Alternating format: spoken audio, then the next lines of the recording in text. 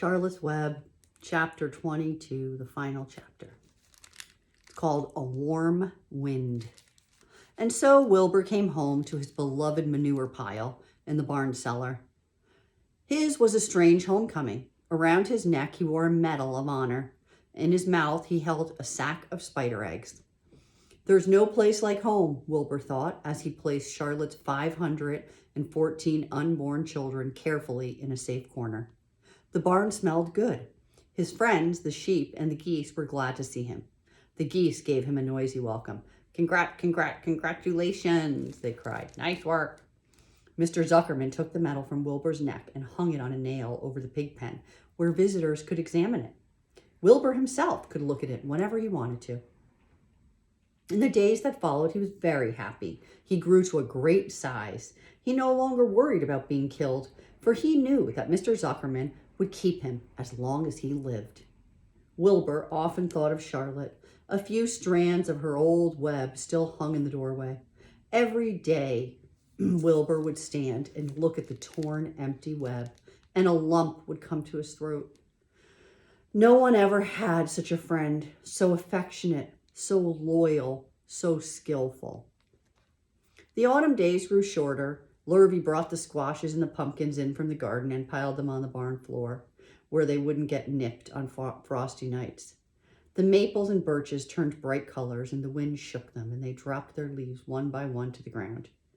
Under the wild apple trees in the pasture, the red little apples lay thick on the ground, and the sheep gnawed them, and the geese gnawed them, and foxes came in the night and sniffed them. One evening, just before Christmas, snow began falling. It covered house and barn and fields and woods. Wilbur had never seen snow before. When morning came, he went out and plowed the drifts in his yard for the fun of it. Fern and Avery arrived, dragging a sled. They coasted down the lane and out into the frozen pond in the pasture. Coasting is the most fun there is, said Avery. The most fun there is, retorted Fern, is when the Ferris wheel stops and Henry and I are on the top car, and Henry makes the car swing, and we can see everything for miles and miles. Goodness, are you still thinking about that old Ferris wheel? Said Avery in disgust. That fair was weeks and weeks ago. I think about it all the time, said Fern, picking snow from her ear. After Christmas time, the thermometer dropped to 10 below zero. Cold settled on the world. The pasture was bleak and frozen. The cows stayed in the barn all the time now, except on sunny mornings when they went out and stood in the barnyard in the lee of a straw pile. The sheep strayed near the barn too, for protection. When they were thirsty, they ate snow. The geese hung around the barnyard the way boys hang around a drugstore, and Mr. Zuckerman fed them corn and turnips to keep them cheerful. Many, many, many thanks, they always said when they saw food coming. Templeton moved indoors when winter came. His ratty home under the pig trough was too chilly, so he fixed himself a cozy nest in the barn behind the grain bins. He lined it with bits of dirty newspapers and rags, and whenever he found a trinket or a keepsake, he carried it home and stored it there. He continued to visit Wilbur 3 times a day, exactly at mealtime, and Wilbur kept the promise he had made. Wilbur let the rat eat first. Then, when Templeton couldn't hold another mouthful, Wilbur would eat. As a result of overeating, Templeton grew bigger and fatter than any rat you ever saw. He was gigantic. He was as big as a young woodchuck. The old sheep spoke to him about his size one day. You would live longer, said the old sheep, if you ate less. Who wants to live forever? Sneered the rat. I'm naturally a heavy eater, and I get untold satisfaction from the pleasures of the feast. He patted his stomach and grinned at the sheep and crept upstairs to lie down. And here's a picture of the sheep talking to him and look how fat he got.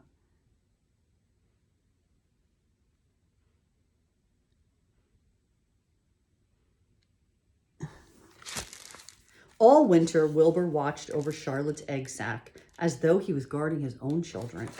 He had scooped out a special place in the manure for the sack, next to the board fence. On very cold nights, he lay so that his breath would warm it. For Wilbur, nothing in life was so important as this small, round object. Nothing else mattered. Patiently, he awaited the end of winter and the coming of the little spiders. Life is always a rich and steady time when you are waiting for something to happen or to hatch. The winter ended at last. I heard the frogs today, said the old sheep one evening. Listen, you can hear them now. Wilbur stood still, cocked his ear. From the pond, in shrill chorus, came the voices of hundreds of little frogs. Springtime, said the old sheep thoughtfully. Another spring. As she walked away, Wilbur saw a new lamb following her. It was only a few hours old. The snow melted and ran away. The streams and ditches bubbled and shattered with rushing water. A sparrow with a streaky breast arrived and sang. The light strengthened. The morning came sooner. Almost every morning there was another new lamb in the sheepfold. The goose was sitting on 9 eggs. The sky seemed wider and a warm wind blew. The last remaining strands of Charlotte's old web floated away and vanished. One fine sunny morning after breakfast, Wilbur stood watching his precious sack. He wasn't thinking of anything much. As he stood there, he noticed something move. He stepped closer and stared. A tiny spider crawled from the sack. It was no bigger than a grain of sand, no bigger than the head of a pin. Its body was gray with a black stripe underneath. Its legs were gray and tan. It looked just like Charlotte. Wilbur trembled all over when he saw it. The little spider waved at him. Then Wilbur looked more closely. 2 more little spiders crawled out and waved. They climbed round and round on the sack, exploring their new world. Then 3 more little spiders, then 8, then 10. Charlotte's children were here at last. Wilbur's heart pounded. He began to squeal. Then he raced in circles, kicking manure into the air. Then he turned a backflip. Then he planted his front feet and came to a stop in front of Charlotte's children. Hello there, he said. The first spider said hello, but its voice was so small that Wilbur couldn't hear it. I'm an old friend of your mother's, said Wilbur. I'm glad to see you here. Are you all right? Is everything all right? The little spiders waved their 4 legs at him. Wilbur could see by the way they acted they were glad to see him. Is there anything I can get you? Anything you need? The young spiders just waved. For several days and several nights, they crawled here and there, up and down, around and about, waving at Wilbur, trailing tiny drag lines behind them and exploring their home. There were dozens and dozens of them. Wilbur couldn't count them, but he knew that he had a great many new friends. They grew quite rapidly. Soon, each was as big as a BB shot. They made tiny webs near the sack. Then came a quiet morning when Mr. Zuckerman opened a door on the north side. A warm draft of rising air blew softly through the barn cellar. The air smelled of the damp earth, of the spruce woods, of the sweet springtime. The baby spiders felt the warm updraft. One spider climbed to the top of the fence. Then it did something that came as a great surprise to Wilbur. The spider stood on its head, pointed its spinnerets in the air, and let loose a cloud of fine silk. The silk formed a balloon. As Wilbur watched, the spider let go of the fence and rose up in the air. Goodbye, it said as it sailed through the doorway. Wait a minute, screamed Wilbur. Where do you think you're going? But the spider was already out of sight. Then another baby spider crawled to the top of the fence, stood on its head, made a balloon, and sailed away. Then another spider, then another. The air was soon filled with tiny balloons, each carrying a spider. Wilbur was frantic. Charlotte's babies were disappearing at a great rate.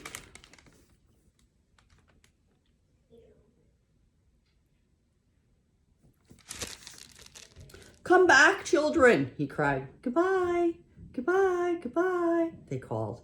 At last, one little spider took enough time to stop and talk to Wilbur before making its balloon. We're leaving here on the warm updraft. This is our moment for setting forth. We're aeronauts, and we are going out into the world to make webs for ourselves. But where? Asked Wilbur. Wherever the wind takes us, high, low, near, far, east, west, north, south. We take to the breeze. We go as we please. Are all of you going?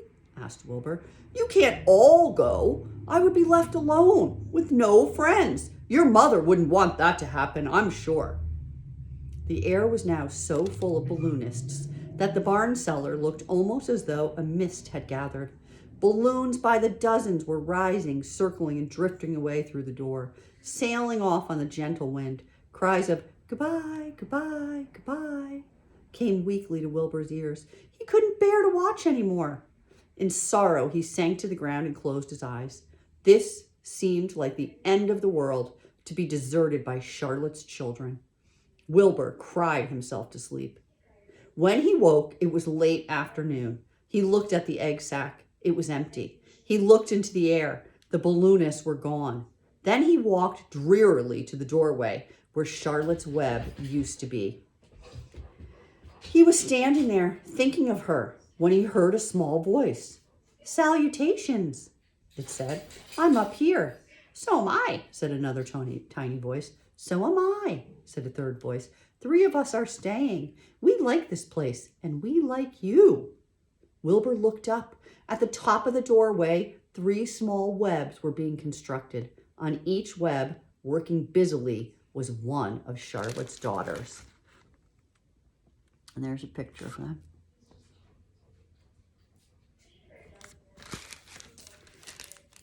"Can I take this to mean," asked Wilbur, "that you have definitely decided to live here in the barn cellar and that I am going to have 3 friends?" "You can indeed," said the spiders. "What are your names, please?" asked Wilbur, trembling with joy. "I'll tell you my name," replied the first little spider, "if you tell me why you are trembling." "I'm trembling with joy," said Wilbur. "Then my name is Joy," said the first spider. "What was my mother's middle initial?" asked the second spider. "A," said Wilbur. "Then my name is Arania," said the spider. Arania. "What about me?" asked the third spider. "Will you just pick out a nice, sensible name for me? Something not too long, not too fancy, and not too dumb." Wilbur thought hard. "Nellie?" he suggested. "Fine, I like that very much," said the third little spider. "You may call me Nellie." She daintily fastened her orb line to the next spoke of the web. Wilbur's heart brimmed with happiness. He felt that he should make a short speech on this very important occasion. "Joy, Arania, Nellie," he began. "Welcome to the barn cellar. You have chosen a hallowed doorway from which to string your webs. I think it is only fair to tell you that I was devoted to your mother. I owe my very life to her. She was brilliant, beautiful, and loyal to the end. I shall always treasure her memory. To you, her daughters, I pledge my friendship forever and ever." "I pledge mine," said Joy. "I do too," said Arania. "And so do I," said Nellie, who had just managed to catch a small gnat. It was a happy day for Wilbur, and many more happy, tranquil days followed. As time went on and the months and years came and went, he was never without friends. Fern did not come up regularly to the barn anymore. She was growing up and was careful to avoid childish things, like sitting on a milk stool near a pig pen. But Charlotte's children and grandchildren and great-grandchildren, year after year, lived in the doorway. Each spring, there were new spiders hatching out to take the place of the old. Most of them sailed away on their balloons, but always 2 or 3 stayed and set up housekeeping in the doorway. Mr. Zuckerman took fine care of Wilbur all the rest of his days, and the pig was often visited by friends and admirers, for nobody ever forgot the year of his triumph and the miracle of the web. Life in the barn was very good, night and day, winter and summer, spring and fall, dull days and bright days. It was the best place to be, thought Wilbur. The warm, delicious cellar, the geese, the changing seasons, the heat of the sun, the passage of swallows, the nearness of rats, the sameness of sheep, the love of spiders, the smell of manure, and the glory of everything. Wilbur never forgot Charlotte. Although he loved her children and her grandchildren dearly, none of the new spiders ever quite took her place in his heart. She was in a class by herself. It is not often that someone comes along who is a true friend and a good writer. Charlotte was both. The end. So that's a really famous ending of a book. It is not often that someone comes along who is a true friend and a good writer. Charlotte was both. I hope you guys liked